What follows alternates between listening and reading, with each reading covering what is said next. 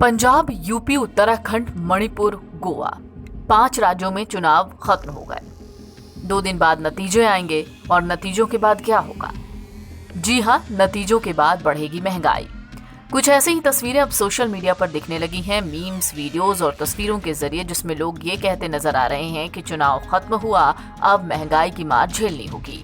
और इसमें सबसे ज्यादा ऊपर की ओर अगर इनके ट्वीट्स, मीम्स को देखें तो दिखता है कि पेट्रोल और डीजल को लेकर लोगों में अभी से इस बात को लेकर घबराहट है कि कहीं रिजल्ट आने के बाद इनके दाम बेतरतीबी से न बढ़ जाएं।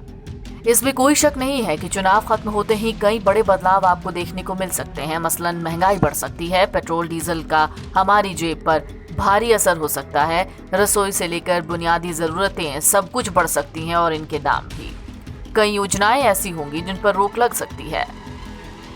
तो चलिए आपको एक एक करके बताते हैं। रूस यूक्रेन युद्ध की वजह से ग्लोबल मार्केट में क्रूड ऑयल की कीमतों में लगातार बढ़ोतरी हो रही है। पेट्रोलियम कंपनियों को इसका नुकसान उठाना पड़ रहा है। इसके बावजूद 5 राज्यों में विधानसभा चुनावों की वजह से भारतीय बाजार में पेट्रोल और डीजल के दाम में कोई बदलाव नहीं हुआ। लेकिन अब चुनाव खत्म होगा तो इसकी कीमतों में इजाफा जरूर दिखेगा। कहा जा रहा है कि तेल कंपनियों के मार्जिन को अगर जोड़ लिया जाए तो 15.1 रुपए प्रति लीटर तक कीमतें बढ़ सकती हैं।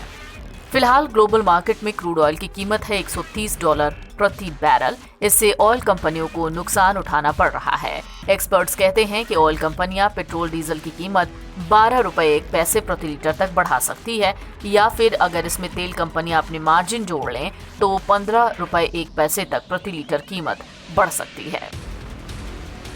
क्रूड ऑयल की कीमतों में उछाल के बाद तेल कंपनियां रसोई गैस की कीमतों में भी बेतहाशा वृद्धि कर सकती हैं। मीडिया रिपोर्ट्स कहती हैं कि आने वाले दिनों में 15 रुपए प्रति किलो तक रसोई गैस की कीमतें बढ़ जाएं। हाल ही में तेल कंपनियों ने कमर्शियल गैस सिलेंडर की कीमतों में 105 रुपए का इजाफा किया था। एक और बदलाव जो नतीजों के बाद देखने को आपको मिल सकता है वो है प्रधानमंत्री गरीब कल्याण अन्न योजना, जिसमें हर परिवार को प्रति व्यक्ति 5 किलो अनाज मुफ्त दिया जाता है।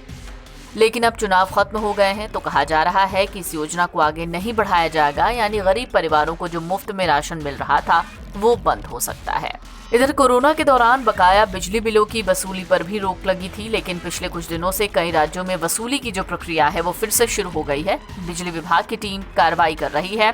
वसूली होल्ड पर थी, अब उन राज्यों में भी लोगों को बकाया बिजली बिलों का भुगतान करना पड़ेगा जहां चुनाव के चलते बिजली बिलों की वसूली होल्ड पर रखी गई थी। हालांकि इन सब के बीच देखना ये होगा कि अगर ईंधन की कीमतें बढ़ती हैं तो सरकार जनता को राहत देने के लिए क्या कदम उठा सकती है। NBT ऑनलाइन की रिपोर्ट।